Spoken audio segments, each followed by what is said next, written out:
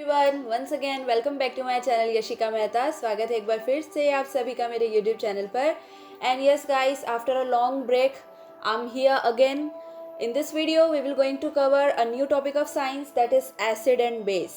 ये जो आज का टॉपिक होने वाला है ये बहुत ही ज़्यादा इंपॉर्टेंट है, चाहे आप 6th में पढ़ते हो, 7th 8th 9th या फिर 10th, किसी भी क्लास में पढ़ते हो आप. ऑब्जेक्टिव पर्पज़ से बहुत ही ज़्यादा इंपॉर्टेंट है और साथ ही साथ इसके अंदर जो मैंने टॉपिक्स कवर किए हैं वो सबसे ज़्यादा पूछे जाने वाले टॉपिक है और हर एग्ज़ाम में आपको इसका क्वेश्चन मिल ही जाएगा. इवन कॉम्पिटिशन एग्ज़ाम की तैयारी कर रहे हैं तो वहाँ पर भी आपको जो मोस्ट इंपॉर्टेंट टॉपिक्स होते हैं उनमें आपको ये टॉपिक्स जो हैं ये मिल ही जाएंगे. तो आज का वीडियो आपको पूरा अच्छे से देखना है क्योंकि सिर्फ इंपॉर्टेंट टॉपिक्स कवर किए हैं जो कि आपको बहुत ही ज़्यादा एग्जाम में देखने को मिलने वाले हैं. So guys, if you are new to my channel then subscribe and please press the bell icon to get notification every time. Let's move to this video.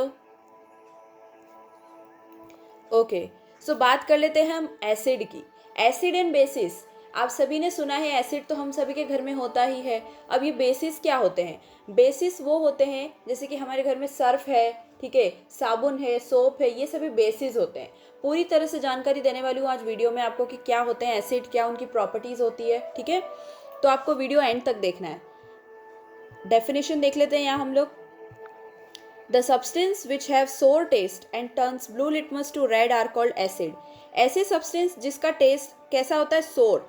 सोर मतलब खट्टे लगते हैं स्वाद में, उन्हीं को हम क्या कहते हैं? एसिड्स कहते हैं. और ये ब्लू लिटमस को रेड में टर्न कर देते हैं. लिटमस क्या होता है? लिटमस पेपर एक इंडिकेटर होता है जो आपको किसी भी सब्सटेंस को जब आप उसको डिप करते हो उसमें तो आपको वो बताता है कि वो एसिड है या बेस है, ठीक है.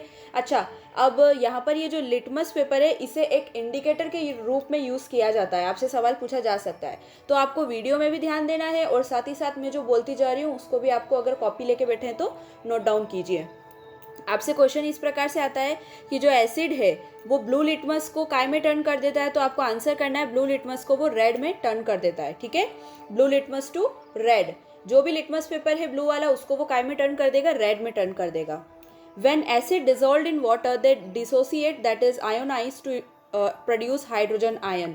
जब भी आप एसिड को पानी के अंदर डिजोल्व करते हो तो वो पूरी तरह से घुल जाता है, घुलनशील हो जाता है पूरी तरह से, ठीक है. तो जब वो पूरी तरह से घुल रहा है इसका मतलब वो क्या है? एसिड है.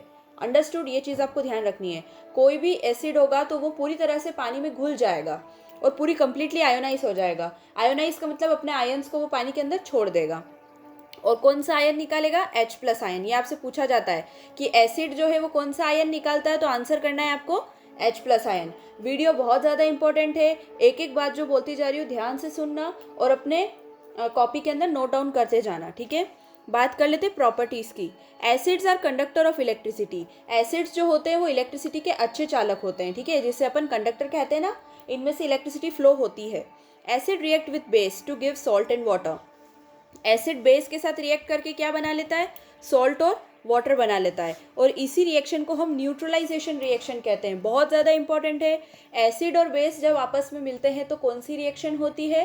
Neutralisation reaction. और क्यों हम इसे न्यूट्रलाइजेशन कहते हैं? इसीलिए कहते हैं क्योंकि जब आपकी कोई भी मात्रा बढ़ जाती है किसी भी सब्सटेंस, मान लो कोई एसिड अगर ज़्यादा बढ़ रहा है तो उस एसिड को कम करने के लिए उसमें बेस डाल दिया जाता है ताकि वो चीज़ न्यूट्रल हो जाए, ठीक है, उसका जो असर है वो पूरी तरह ख़त्म हो जाए. और अगर कहीं पर बेस ज़्यादा हो रहा है, बेसिक चीज़ ज़्यादा हो रहा है, एल्कलाई ज़्यादा हो रहा है, तो हम उसमें एसिड डाल देते हैं थोड़ा सा ताकि वो चीज़ क्या हो जाए? न्यूट्रलाइज हो जाए. This is clear to everyone? चलिए, ये बहुत ज़्यादा इंपॉर्टेंट है. न्यूट्रलाइजेशन पूछता है वो.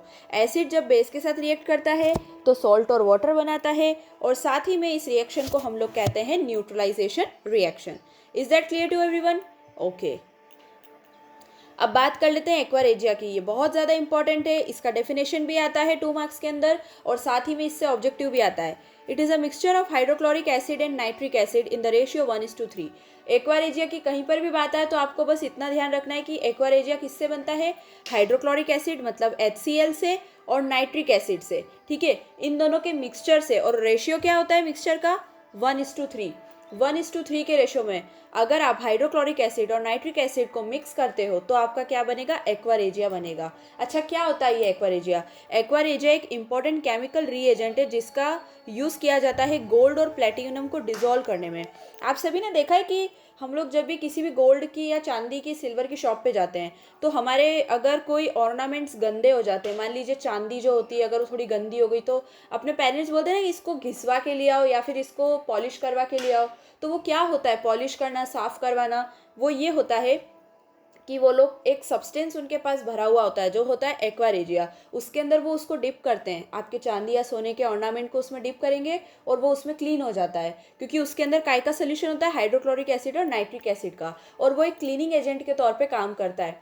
लेकिन साथ ही साथ आपको एक चीज़ मैं बता दूं कि जब भी आप ऑर्नामेंट उस एक्वा रेजिया के अंदर डालते हो तो उसका जो चांदी का जो ऊपर का लेयर रहता है एक, वो उसके अंदर उतर जाता है, ठीक है, उस पानी के अंदर वो एक्वारेजिया जो है उसके अंदर उसका लेयर उतर जाता है। तो इसीलिए वो लोग जो दुकानदार होते हैं ना वो उस पानी को फेंकते नहीं है, वो उसमें से भी ऑर्नामेंट्स में जो चांदी सोने का जो पानी है उसको भी संभाल कर रखते हैं और उसे ऑर्नामेंट्स में यूज़ कर लेते हैं। ऐसी चालाकी होती है उन लोगों की। तो बस ये चीज़ आप लोग ध्यान रखना कि अगर आपसे पूछा जाए कि ऑर्नामेंट्स को डिज़ोल्व करने के लिए किसका यूज़ करते हैं हम लोग, तो आपको आंसर करना है गोल्ड और प्लेटिनम का। और साथ ही साथ अगर एक्वारेजिया के बारे में पूछा जाए तो आपको बताना है कि it is a mixture of hydrochloric acid and nitric acid in the ratio 1:3। Is that clear to everyone? Okay, so let's move to the next slide. अब यहाँ पर मैं कुछ इंपॉर्टेंट एसिड्स की बात कर रही हूँ जो आपको ध्यान रखने हैं। आपकी डेली लाइफ में जो एसिड्स अपन यूज़ करते हैं, जो खाने में भी लेते हैं, उनकी मैं बात करने वाली हूँ यहाँ पर। ओके, सो बात कर लेते हैं कुछ इंपॉर्टेंट एसिड्स की जो हम लोग डेली लाइफ में यूज़ करते हैं और उन एसिड्स के सोर्सेस क्या हैं। सबसे पहले मैं आपको बता दूं कि लेमन जो होता है, लेमन के अंदर होता है सिट्रिक एसिड। कोई भी खट्टे पदार्थ की बात आ जाए, कोई भी चीज़ अगर खट्टी लग रही है टेस्ट में, इसका मतलब उसमें कौन सा एसिड है? सिट्रिक एसिड है। ये आपको बहुत अच्छे से ध्यान रखना है, एग्जाम में आता है कि लेमन में कौन सा एसिड होता है। अगर मैं टोमेटो की बात करूँ तो टोमेटो के अंदर होता है ऑक्सैलिक एसिड, ठीक है।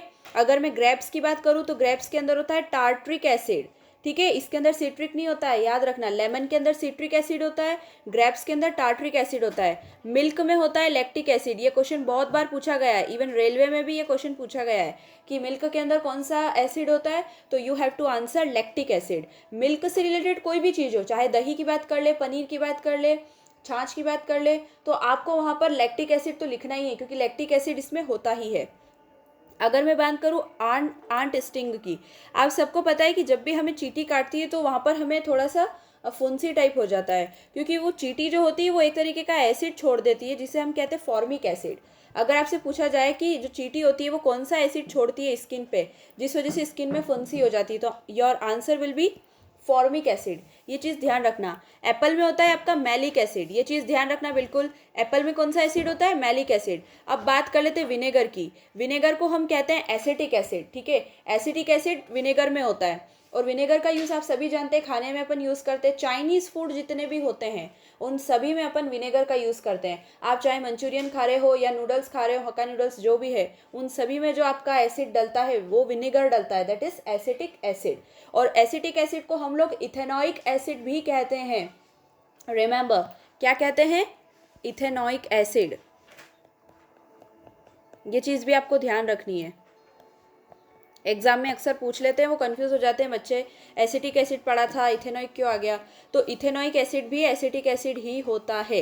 Is that clear to everyone? देखिए, इस वीडियो में जो भी बता रही हूँ बहुत ज़्यादा इंपॉर्टेंट है और इसमें से 100% ऑब्जेक्टिव आता है। सिर्फ इंपॉर्टेंट पार्ट कवर किया है यहाँ पर मैंने, तो पूरा वीडियो अच्छे से देखना, किसमें कौन सा एसिड होता है अच्छे से याद कर लेना, ठीक है। चलिए आगे बढ़ते हैं। अब हम लोग पीएच की बात कर लेते हैं। ये पीएच क्या होता है? पीएच स्केल की बात करते हैं। To measure the acidity or basicity of dilute solution, Sorensen developed a scale on which number from 1 to 14 are marked.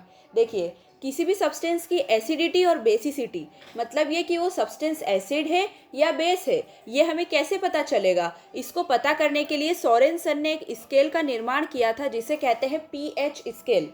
क्या कहते हैं हम लोग? उसे पीएच स्केल कहते हैं, ठीक है। अब ये जो पीएच स्केल होती है ये आपको इंडिकेट करती है कि कोई भी सब्सटेंस है वो एसिड है या बेस है। अंडरस्टूड? अगर मैं यहाँ पर बात करूँ तो अगर हम एसिड की बात करें तो एसिड का जो भी होता है आपका, ओके, तो हम लोग अब बात कर लेते हैं यहाँ पर एसिड की।